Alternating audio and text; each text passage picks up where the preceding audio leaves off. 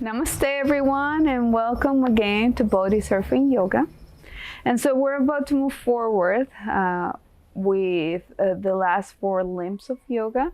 Before we do that, let's sit down with our back straight, close the eyes, and focus the attention on the breath for a moment. Let's do this a little transition moment where we take a break, a mind break from everything we were doing before, so we can place our full attention into what we're about to do. Feel the breath in, the breath out.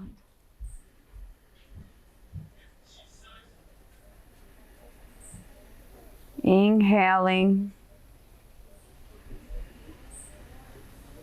and exhaling.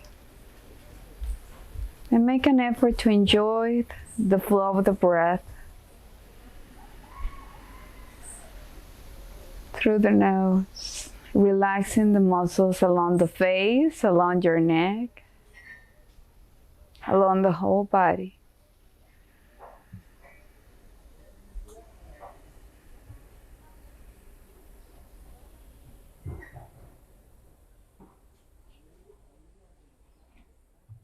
And now, after your last exhale, let's go ahead and open the eyes. Lift up your head.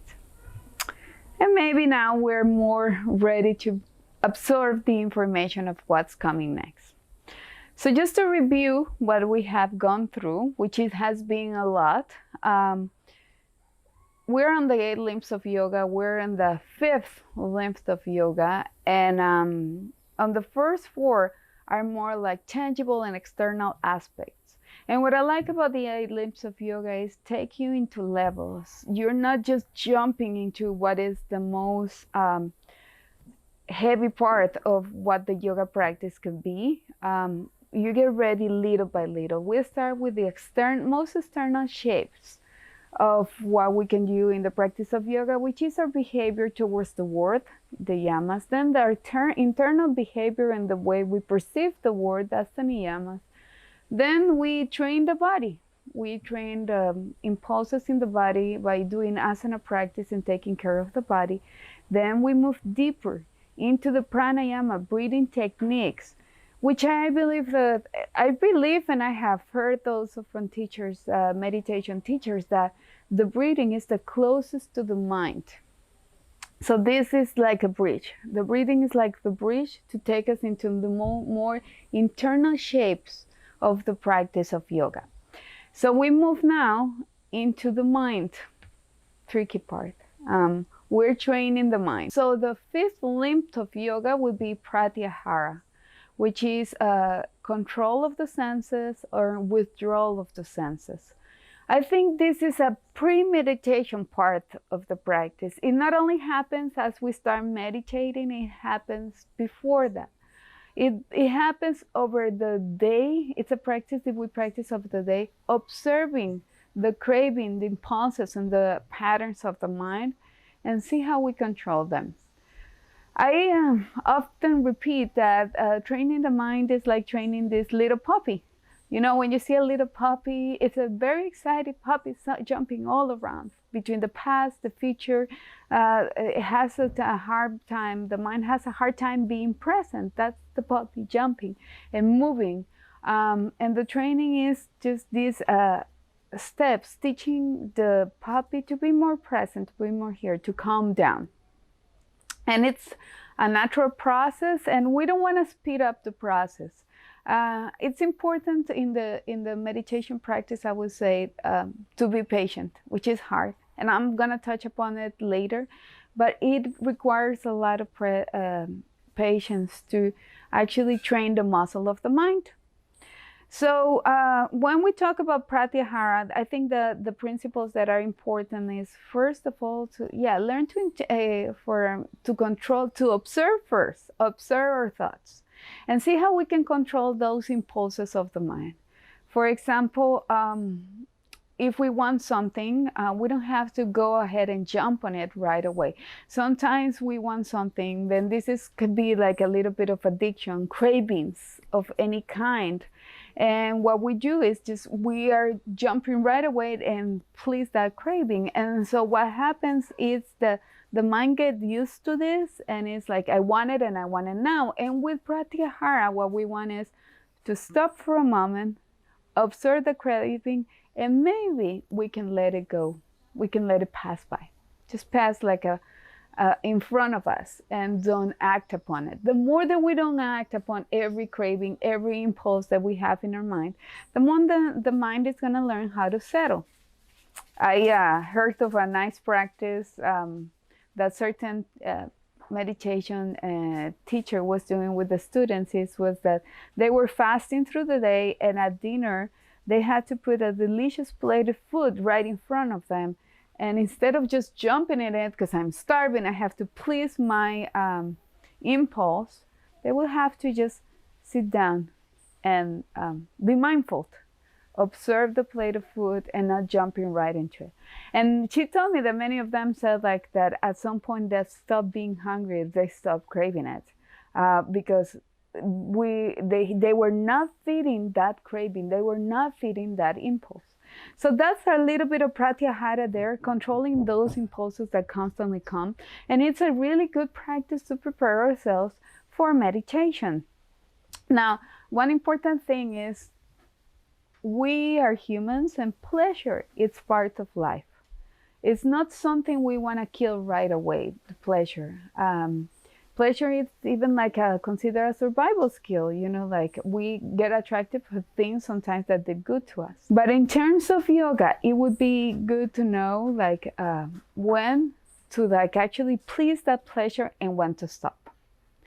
And that is a key thing to start controlling the senses. When is enough? When it's time to stop? We don't want to overindulge. And this is when we want to go back. By the time we get to Pratyahara, following the 8 limbs of yoga, we have done some work before. We have done control of the senses and not clinging.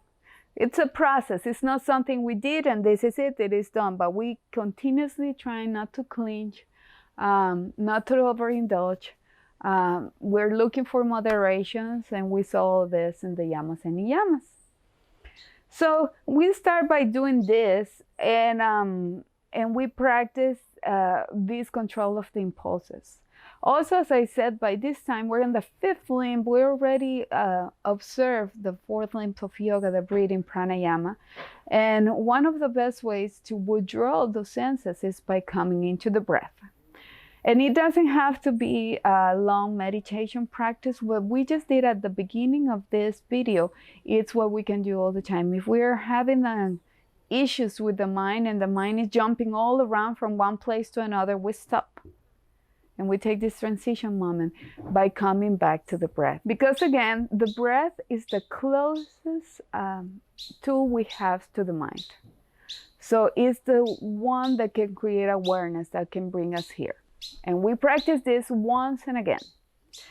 And that's the idea of the control of the senses. Other than that, again, because of we've been practicing other limbs of yoga, we get to the point of a yogi state when instead of craving or being driven by the impulses of what causes pleasure or what we want, we do what is good to us, what is good for others.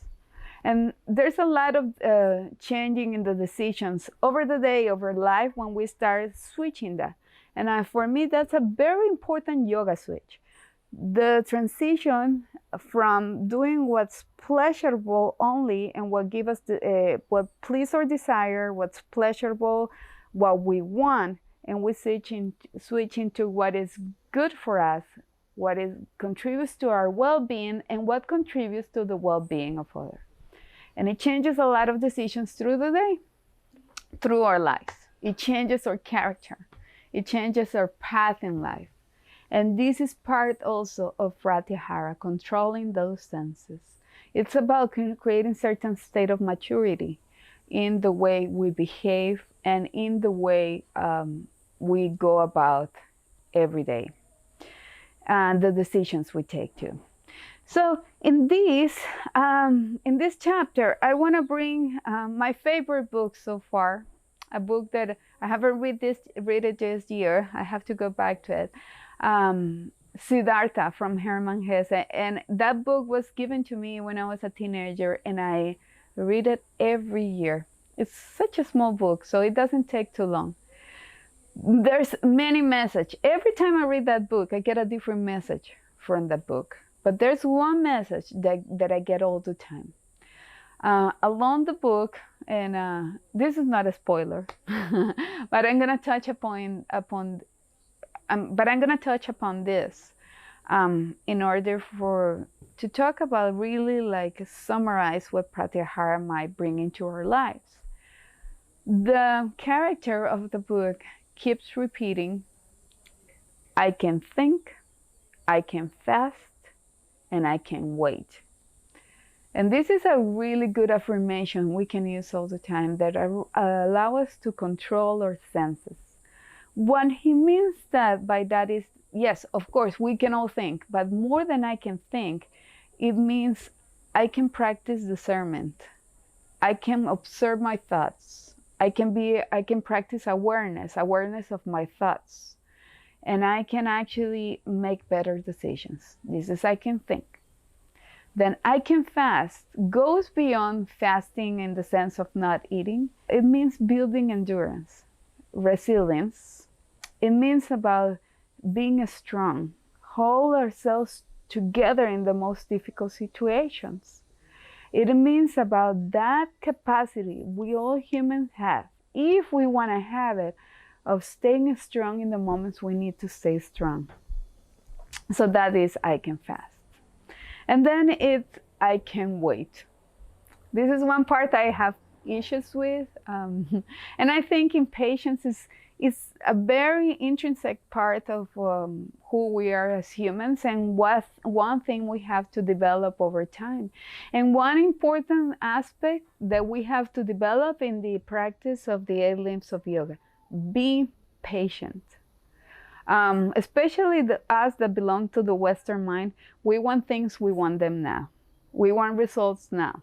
So if we join a meditation course and in 1 month or 1 week we're not experiencing results, as meditation doesn't work. But this type of practices should be contemplated. Actually, the yoga practice should be contemplated in terms of decades, in terms of lifetime. In meditation, in order for it to work, there has to be consistency and there has to be patience. And it's not like it's a windy road. So you will have your good days, you will have your bad days, you will feel the improvement, and then you go back.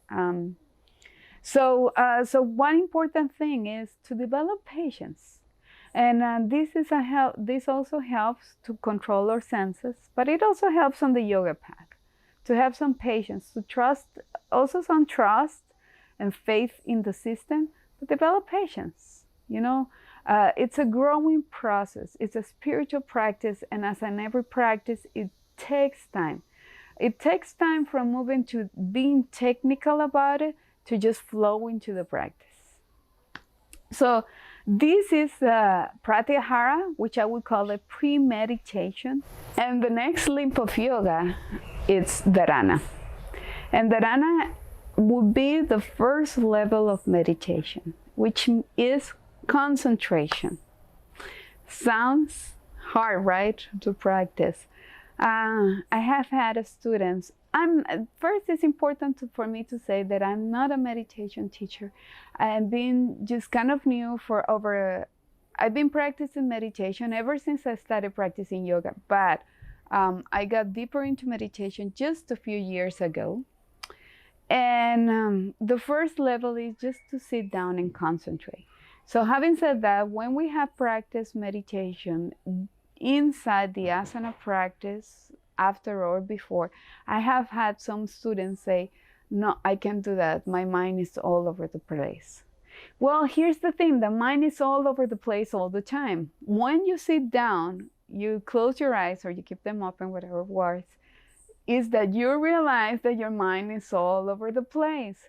And that mind that it's all over the place is ruling every action and everything you do. So before we even begin to reach higher states of meditation, we start by just paying attention. What am I thinking? What is going on here? And we slow down. It is like, for example, imagine if you go in these trains. I believe it's in Europe that there's these trains. I haven't been in one, but I heard that they go sometimes so fast that if you look through the window, you're not able to see the landscape. You just see straps. You can't really see what's going on in what you see. And as the train slows down, you start noticing what is going on around you. And this is what we want to do on the first level, on the Dharana level. We want to slow down that train. So we're able to see, what is it that we're thinking? Why are we thinking? One of the biggest, most relevant questions that I've been asked over the last year was questioning the thoughts. Are my thoughts really mine? Do they belong to me? Do I create them? Or were they created and they're from narratives that I have borrowed from previous generations?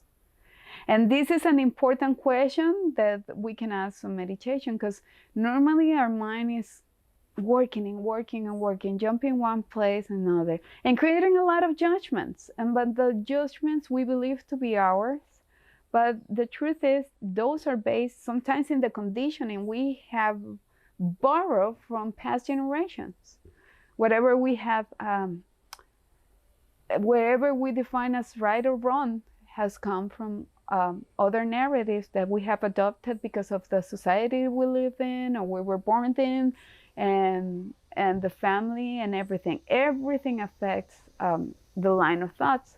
So the point of meditation first is that observation of what are we thinking, and start to the discernment to say, this works, this doesn't work. Skillful, unskillful. And then as we observe the transformation of thoughts, we let them go away. So this is a process. So there's a lot of work to be done on meditation. It's not that you sit down and just that. There's work to be done. And the first work to be done is just to sit down and be with your thoughts. Look at it, look inside. We spend a lot of time looking outside. This time we look inside. And we pay an observation of the thoughts, and we come back once and again to the breath. Now, there's many techniques of meditation, and in here, I'm not going to explain all the techniques that I have heard about. I think that at the beginning, it's a good idea just to keep it simple. The way that I find that it works for me, so the way that I'm going to share is by sitting down and focus first the attention on the breath. So when we're sitting down in meditation, make sure you sit in a comfortable way. Just as we talk about pranayama, it's important to sit comfortably, which might mean a chair, might mean on the floor with pillows, whatever feels comfortable, so you're not so concentrated on the impulses of the body. But try to sit with the spine straight, with your chest open. And I suggest to close the eyes. Some people suggest the eyes half open or open. In my case, it works better for me to keep my eyes closed. And just we focus attention on the breath as we slow it down, inhaling and exhaling. And little by little, hopefully your mind comes here. But then we do the work. The mind is going to start talking. It's going to happen, in most cases. 99.99%. So what we do is we observe the thoughts, we create discernment, skillful, unskillful, and then we let it go. And we come back to the breath. And we do that once and again. And over time, we start noticing the mind, they hear a little bit more. And that's the practice of concentration. This is what we call Dharana. And it's a practice that requires consistency again. The discipline of sitting down and do this once and again. You can start with 5 minutes. You can start with 10 minutes. Maybe if you get too ambitious and you say, I'm going to meditate for 1 hour every day, maybe it might be too much for you. You can practice once, twice a day, or you can even do little meditations during breaks, during moments you're not doing anything. Instead of just like jumping on the phone and going to social media, yes, you come back and you meditate. And one important thing, and right now that we're talking about a meditation, is what you did outside meditation affects your meditation. So what I have noticed is that, and this is when we touch upon the subject of the brain, not the mind, the brain and the neuroplasticity of it. And whatever we're doing is going to affect the mind. So perhaps if what we watch, the Netflix shows what we have, the social media and how we scroll down, all of that is going to create a mess in the mind. So be very picky. If there's an area you want to be very picky, that would be if what you choose to feed your mind. Books, information, conversations, people, social media, movies, TV shows, and you name it. We put a lot of importance and attention to the body and how we want to feed our bodies and how we want to keep them healthy.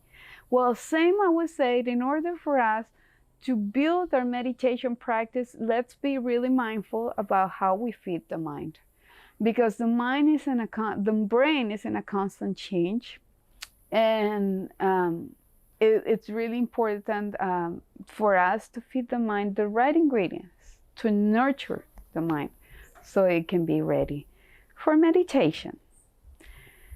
And then, as we do that, we're on we find the 7th Limbs of Yoga, which is called Dhyana. It's a deeper level of meditation, goes beyond concentration. But here's the thing, again, these 8 limbs, they transition between things you do, what you have to do, and little by little it turns into the last 2 limbs, things that will come to you. So it's not that you can sit down and say, well, I'm going to meditate, I'm going to reach Dhyana. No, this is something we tried. We create a space for it to happen. Might happen or might not. How long does it take? Who knows? Dhyana is this really like deeper state that goes beyond concentration. And the thing is, we actually experience Dhyana in action, like maybe in things we are fully immersed in a moment. What we want to do with meditation is to extend those moments, because the Dhyana that we might experience when we catch a green wave, for example, because I have, not too often, and it has been a struggle. But the thing is, like that moment of fully immersion into the present, that's Dhyana. What is it that we want to do? We have those moments coming once and again, but we want to extend those moments and experience them a little bit longer, and that's the intent. And even like maybe being the creators of those, and that's the intention of Dhyana. But again, how do we reach that point if we get there? By practicing a lot of concentration and the previous steps we have talked about, which goes not only during meditation practice, not only in breathing practices or asana, or even it goes beyond yoga of the mat. And that's why the yoga of the mat becomes so important, to enhance and create the space to practice yoga in the mat, or yoga or in meditation, which is we're constantly observing our thoughts, our actions, our behavior. So we're training the mind, and maybe the mind is trained well enough for us to sit down and reach Dhyana. So how do we do that? Sitting down once and again in meditation. It's not something that can be forced. It's something that requires patience and consistency, and also some faith on it. some faith on it. And it might come for a moment, it might go away for a long time, it might come again. And that's what we're working on. So this is a higher level, higher feel, a more unknown feel on the limbs of yoga. And so if we, according to that, like we continue practicing all the limbs of yoga, we're on meditation, and then finally we reach the 8th limb of yoga, that is Samadhi. If in this lifetime we're practicing yoga because of that goal, it might be a little bit frustrated. Samadhi is a higher state of consciousness. And in the traditional classical practice of yoga, in the Yoga Sutras, that was the ultimate state of freedom we want to reach by practicing yoga. It's not something I can talk a lot about because I have no experience. And one of the things that I really appreciate from one of my main teachers, Tim Miller, he said one time, just teach and talk about what you know. So I don't know that much about Samadhi, obviously. What I do know is what I have read in the sutras. And actually, once you reach Samadhi, it turns out there's different levels of Samadhi. And this is not maybe the course to go deeper into that. But you can look at all that information in the Yoga Sutras. Actually, what happens next, we're touching upon the second pada of the Yoga Sutras, the second chapter. This is more technical. This is what you can do to reach liberation. Step 1, 2, 3, 4 until 8. What happens next? Because then you wonder, there's 4 padas, there are 4 chapters. What happened in the others? And the other talks about the 3rd chapter and 4th chapter talks about the superpowers, the vrittis you develop as you reach higher state of consciousness, supposedly, and different layers and levels of contemplation you get to. But here's what I like the most about the Yoga Sutras. I like it in the version that I enjoy the most, which is the one with Swami Satchitananda. The last page of the Yoga Sutras, the last part, his last paragraph, he said something that I consider highly important, especially in the times we're in. And especially because I do believe the practice of yoga, as everything evolves and transforms, like the Tao says, the only constant thing in life is change. And maybe all these traditional classical practices, we can gather some of it and the information and see how we can adapt it to life, and to the life and where we're at, and see how it fits.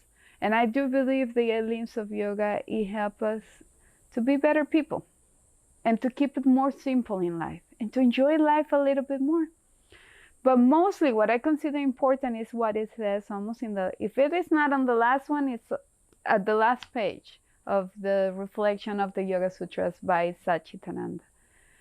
And he kind of says that we can do all this work, or you can do one thing that will give purpose into your life, that will give you freedom, that will bring all the fruits of the practice of yoga. Are you ready for the shortcut? It's kind of like the last piece, the last secret I'm going to share here. And what Satchitananda says, you can do all that, or you can serve others. And had a beautiful way to put it, what simple way to put the yoga practice. You know, when we find it that we give purpose into our life by caring, building, loving, kindness, compassion, and apply it into everything we do. Because at the end of practice, yes, it seeks liberation from the mind, from all the conditioning, from all the judgment, from the ego. The one that tells us I'm right, you're wrong, and makes all these conflicts out of that. So it wants for us to release all that, keep it simple, So we allow the beauty that we have inside of each one of us to come out. And so by doing that, by developing that sense of freedom, naturally what we want to do is we feel this sense of compassion that makes us want to care for others and serve others. And that's the yoga practice. What I like about the yoga practice, the Ashtanga limbs, is not that although we look at levels that get more difficult, it all circles back to the beginning. And it's a circle, and it's a constant practice of all the 8 limbs. Because what we want to do is like, we want to purify ourselves, our behavior, our bodies, or our minds. So we're in that constant state of flow. And with that constant state of flow and freedom of judgments, of the feelings we get, of the reactions and everything, we're able to serve each other. We're able to be kind to each other. So I feel that this sense of freedom, what creates is this actually recognition of that we're connected to each other. And yoga means to yoke, to connect. So we want to create freedom, so we create that sense of belonging, of connection, non-separateness. We're not separate. I remember, and I even get goosebumps when I remember this phrase that one teacher says one time. I am not you, I am different than you, but I'm nothing but you. So we're not just a wave, we are the ocean. We belong to the same system. I also like when I heard the phrase, and it makes all the sense, even scientifically. We're made of the same materials of the dust of the stars. This is how connected we're all with everything. So the idea of the liberation in the practice of yoga is to realize that when we drop the condition of the ego, how big we get. But then it makes life so simple. It's the big question. Is life simple or not simple? Maybe it is. Maybe we just complicate it, and we complicate it in here. So we want to get out of here, and so we visit this big space we have inside of us. Like on Tara Brach, one of the meditators I follow, she said, maybe being out of your head is not such a bad thing. So this is what the practice yoga is about. And this is when I start building on my conclusion of this course.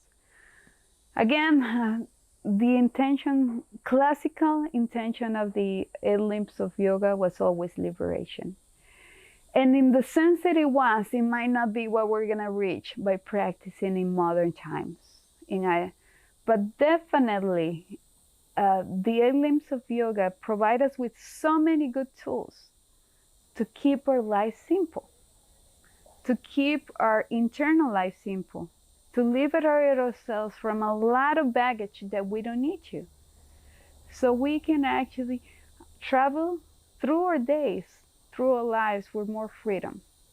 Not attaching to the external conditions of what life should be, but actually enjoying the ride as it is. Acknowledging and all the different changes that are constantly happen, and adjusting to it, flowing in it. This is what it wants. I think the practice wants us, and I bring it into the text that I hope you all read. Yoga is the journey from the head to the heart. And it is a long journey. It is a journey where we learn constantly to drop and release what needs to be released for us to find the freedom that we need for us to actually be in that state of love and the state of compassion constantly. We do it once and again. We drop our judgments, our conditioning, and once again we find that space of love and compassion. So, having said all this, I hope you enjoyed this journey as much as I did, as we did creating this. I hope you continue practicing, coming back into this information once and again. I hope you find this information useful, or at least some part of it. And if you make it all the way here, namaste. Thank you.